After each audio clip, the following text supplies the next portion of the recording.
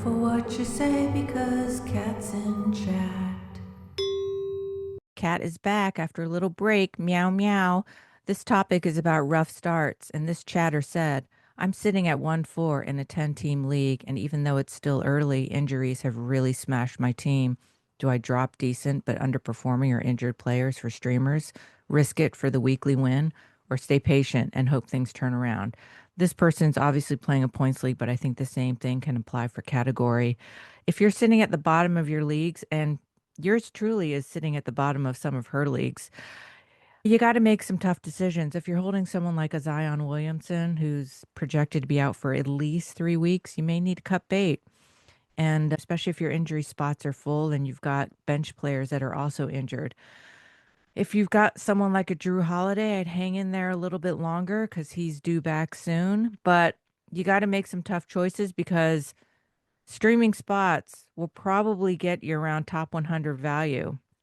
So, depending on how deep your league is, obviously, but if you're in a standard like 144, 12 team league, there's some value to be had on the wire. You got to try and win as many categories or points as you can just to minimize your losses. Obviously, it's a little bit harder for points league, but in category leagues, if you can try and eke out a 4 or 5, um, in the next couple weeks while your injured guys are out but coming back soon, I would do it. I wouldn't drop like a Drew Holiday, like I said, and just hang in there and try and stream as much as you can. We're a quarter of the way done with the season, so there's still some time to try and make up a couple places and try and make your playoffs. So hang in there.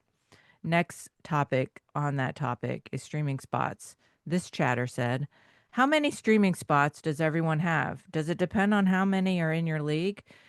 If you have more than one streaming spot, is that when you start looking at players that have back to backs? So, standard league, 12 team, 10 roster positions, active, 3 bench. I'd look for at least two streaming spots because, again, each streaming spot can yield you top 100 value. And if you're an active manager and you've got first come, first serve, even with Fab, I try and stream at least 2 spots. There's a lot of value to be had on a wire in standard league. So, whether or not you target players that have back to backs, it really depends on what categories you're targeting. And if you're looking for value, then yeah, target players that could get a little bit more minutes on back to backs. Um, Otherwise, just stream, use your IL plus as much as you can to maximize games played. And yeah, I get at least 2 streaming spots. Next topic is waiver priority. How important is waiver priority in deep leagues? The key word being deep.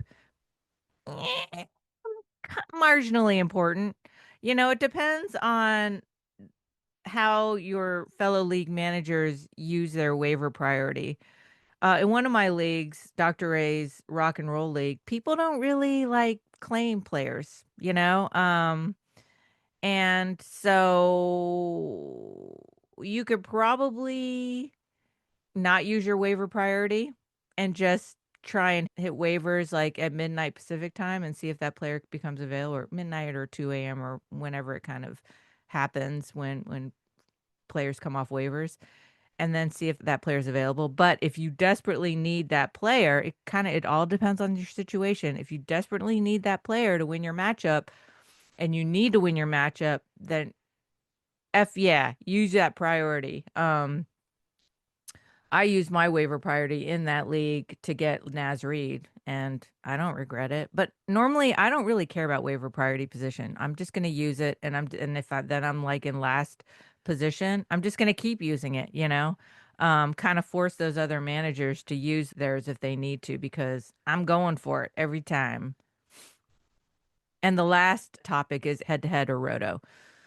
This chatter asks, with the amount of injuries, rests, minute limits, does roto make more sense than head to head nowadays?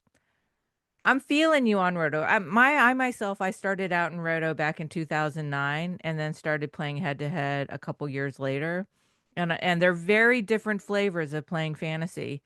And honestly, playing a lot of head to head this year, and it's just the amount of stress that goes into like winning your matchup and, games played, maximizing games played and all that stuff.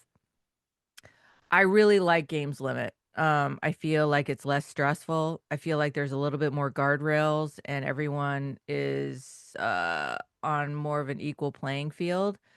And Roto, like truly the best team at the end of the season wins in Roto. And you've really got to be diligent about looking your positional games played, being smart, kind of looking at player matchups to make sure that you're, making good sit start decisions. Roto's great. And there's a lot less stress with injuries, especially if you've got a deeper bench in your league too. So I am pro Roto, but I'm pro Roto not because of injuries, rest, minute limits. I'm kind of pro Roto just for peace of mind. So there you have it. I went over this week, but because, I took a week off or 2 weeks off, hopefully management will let this one slide.